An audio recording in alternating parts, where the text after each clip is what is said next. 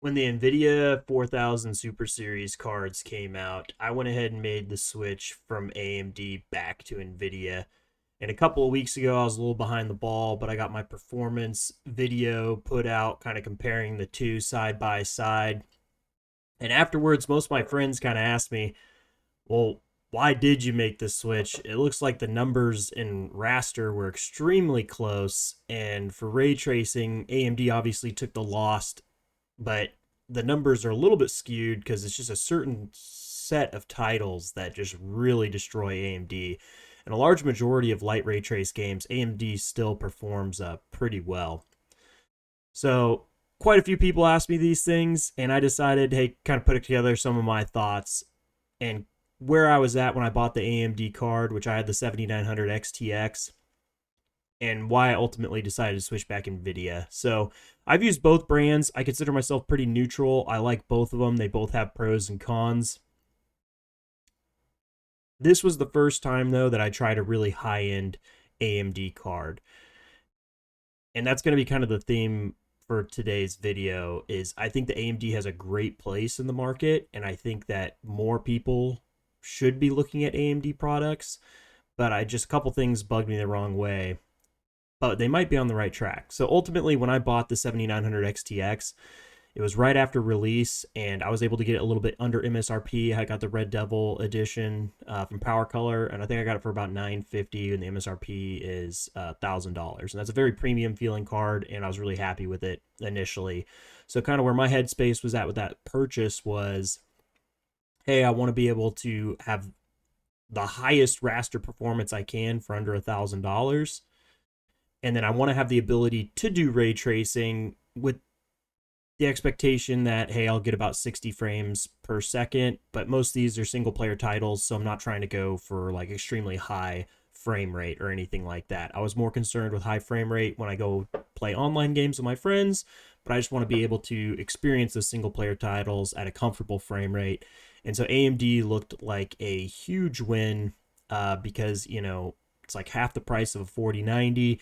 At the time, it was about $200 to $300 cheaper than the 4080, and it met all my wickets. I could have great raster performance and an acceptable ray tracing performance for the titles that I want to experience. And I've used plenty of AMD cards in the past. My primary computers usually had NVIDIA, but kind of as time went on, to me, it didn't perform exactly how I wanted. And I think there's kind of a couple things here. Games started coming out once they dropped support for the last gen consoles that had a lot more technical features to them. Unreal Engine 5 has become much more popular. Games have become much, much more demanding.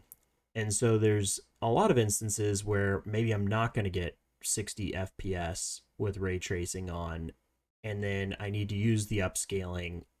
And it's pretty known that FSR is just inferior to DLSS. And it never really bugged me in the past until I bought what I felt like should have been a premium card. It was roughly $1,000. And things that I never noticed before, I started noticing.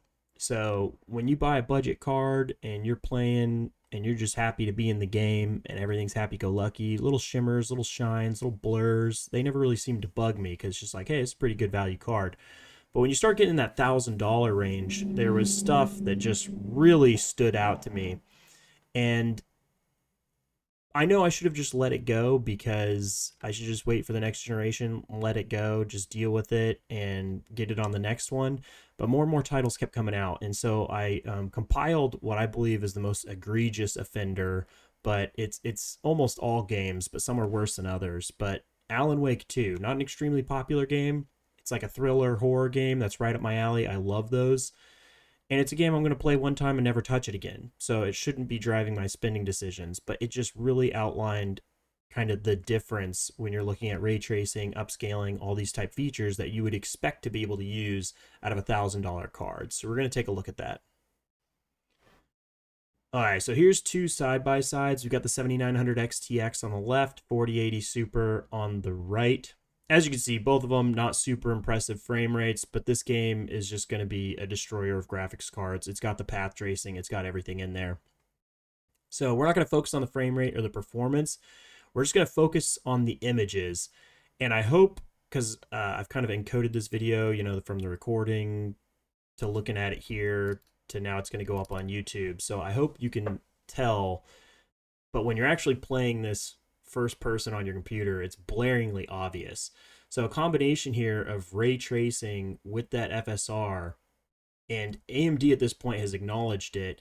It's a temporal technology, so it's upscaling and taking what it thinks it's going to be over time, and things that shouldn't be moving oftentimes move with FSR, and it creates this instability. It creates a jutteriness, and when you combine that with ray tracing that's trying to make reflections, you get on the AMD card almost like the shimmering happens in a lot of situations, but as you can see here in Alan Wake 2, these are just reflections windows. It looks like an analog TV static. So I've got them blown up here, and I'll let this play a second time so I can talk you through it. But you're looking at this glass. It does not look like glass at all. It's extremely distracting. It just looks like complete static. It looks like pixels are jumping all over the place. You go to the posters, the reflections here. They're not reflections. They're just complete static. Window there. You look at the fog, very pixelated. And this becomes very distracting, and it completely breaks the immersion. So you're playing a thriller game. You want to be in it, right? And then you walk into this police station, and you're looked at by just a glitter bomb. So here they are side by side again. You can see the 4080 Super on the right. The glass looks transparent, nice light reflections. 7900 XTX looks like unicorn shit. There's, you go to the posters, beautiful reflections on the NVIDIA. AMD looks like somebody dumped their rodeo girl shirt on it. I don't know what that is. And as you can see, performance-wise, this, as I said, we weren't going to talk about performance. Performance-wise, the cards aren't that far off from each other, but the actual image quality and what it's rendering for you, there's an extreme difference in experience.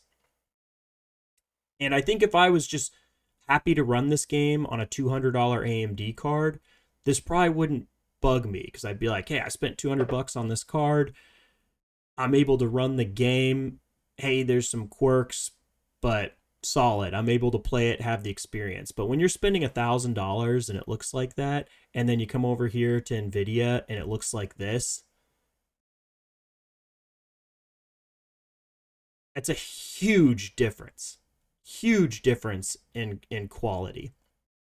And this is just one example from one game. But the more and more games you play where they're using these features, small disadvantages that AMD have start to stack up. Like the ray tracing's not as good. The FSR is not as good. Then you need FSR to be able to do the ray tracing. You combine the two, not as good. They start interacting funny. It looks pretty ugly. And I'm sure some people might say like, oh, this is one obscure title. It's not that bad all the time. There's a lot of games. Almost all games. FSR in general, it has problems doing those temporal calculations where things that should be at rest just jitter and move. And DLSS just doesn't seem to have that problem. And it's even been acknowledged by AMD, but what's even funnier about it is this is why you should just be satisfied with your purchase and not just continue to blow your money. Because as soon as I say I'm fed up with FSR, I'm going to make the big jump and I'm going to go to NVIDIA, I'm tired of it. Then AMD announces FSR 3.1. This just came out within the last couple of days, I believe. And right off the bat, they acknowledge all the things I'm saying. They need upscale image quality improvements. Yeah, they're going to decouple frame generation. Cool. And yada, yada, yada. But this is what we're talking about, really. This is them with their FSR 2.2. You can see how just this image, this is like a GIF or whatever, GIF, whatever you want to call it. But there's nothing moving in this scene, and stuff's jumping all over the place. 3.1, there's still some jittering. There's still some jittering on 3.1, but it is much more stable. So when I look at these two results, I just wonder, something like Alan Wake, when you're looking at that window, would the window look like, you know, a glitter bomb, or would it potentially start to look more like a window? And then I didn't give you a demo of the ghosting, but this is this is straight from AMD. They're admitting it. It's on AMD.com. FSR has troubles with ghosting, and hopefully the new 3.1 will fix a lot of that. But I still stand by. Part of me is, of course, the second, I spend $1,000 on one video card, I get fed up with it, I buy another one, and then the original guy says, trust me, I'm fixing it. But that still goes back to my same argument, is I don't want to pay for a premium product that I feel like is trying to play catch up.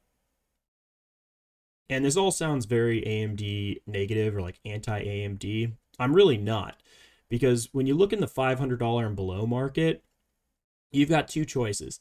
You can buy like a 4060 Ti and try to do 1440p and then be forced to use all these tricks like upscaling and frame gen and all this stuff to just try to have a playable experience. Or for the same price, you can buy a 7800 XT and just play 1440p native and have a great experience and not have any of these problems. And if you gave me the choice, I would go with option 2. I'd have a 7800 XT, I'd play everything native 1440, and I'd, have a much better experience, and I wouldn't need to use all these tools and all these things. So I do think in the sub $500 market, AMD is a really good option. But when you're paying that premium pricing and you're just waiting for them to play catch up, it's kind of annoying. And so I don't regret buying the NVIDIA, because even if they come out with this 3.1, at best, it's going to match the NVIDIA. And at worst, it's just going to be a minor improvement. And it's still going to be worse than NVIDIA. And the other thing to talk about, with these upscaling technologies, I'm much more interested in the quality upscalers, because with these new game engines like Unreal Engine 5, the upscalers make a huge performance gain that you feel. It's not like frame generation where there's added latency or anything like that, or it's not actually getting response from the game. It's just generating what it thinks you should see in the middle. The upscaler is what really matters to me. And I think it's interesting because now Intel's also entered the game. So you have AMD's FSR, you have NVIDIA's DLSS, and then you have Intel's XESS. And what I find interesting is 2 out of the 3 have some sort of AI component to the upscaler. So it's using DLSS and XESS are both using an AI component to try to help it create an image that reflects what you should see.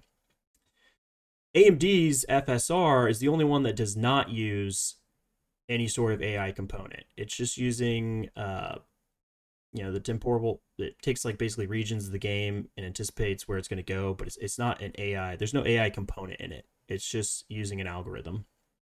So what's even more interesting about that is, PlayStation and the consoles, they all use AMD hardware, and now PlayStation is coming out with their basically own version. So it's using AMD's hardware, and I'm not a console guy, so you can go read more about that, but basically PlayStation is getting an AI upscaler to use with AMD's hardware that AMD hasn't even provided. And maybe they will have, maybe they'll use the findings from the PlayStation setup to update their FSR, but they don't even use any sort of AI component in their own PC upscaler, and now PlayStation's kind of taking it on their own to implement one, which is very interesting to me.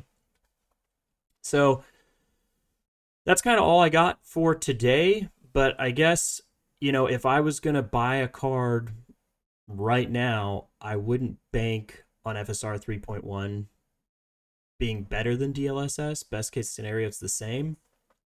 And at current prices for the 7900 XTX, they're about anywhere. I think the cheapest one on the market's $899, up to about their $1,000 MSRP depending on the model. If you can get a 4080 Super at MSRP, so at that $999, to me, it's still a no-brainer. In fact, so much so that I went ahead and made the swap after I already had the purchase.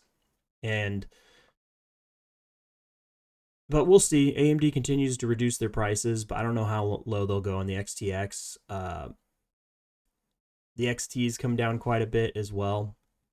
So my big thing is just if I'm paying premium prices, I want to feel like it's a premium product. And AMD nailed it on the physical construction, or at least Power Color did. The Red Devil is just an amazing looking card. It blows my Gigabyte 4080 out of the water as far as construction quality and everything. But I don't really care about that because it sits in my case. And what I really care about is what the game looks like that I'm playing. And when I pay $1,000 and it looks like unicorn shit, quite frankly, I'm uninterested. So that's why I made the swap all in all.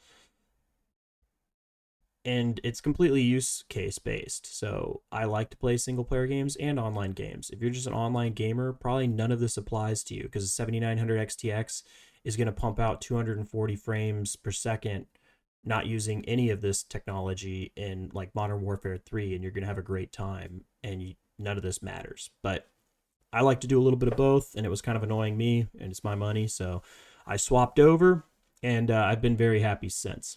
It's also much more power efficient, which I covered all that. I'll also post up my actual performance review so you can take a look at that. But that's kind of more amplifying information, and ultimately why I made the switch. I hope for AMD's sake that FSR 3.1 is just awesome and it fixes everything because I really do want to see them succeed. Nobody wins from having a monopoly, and NVIDIA soon's just gonna, you know, quit making these products for us and probably just make AI products because that's where the money's at. So hopefully that doesn't happen, and I hope that AMD continues to succeed. Just at this point in time, I love their products sub $500, over $500. I'm just really starting to look at NVIDIA products more. That's what we'll leave it at for today. Hopefully you enjoyed. If you did, drop a like or subscribe and have a good one.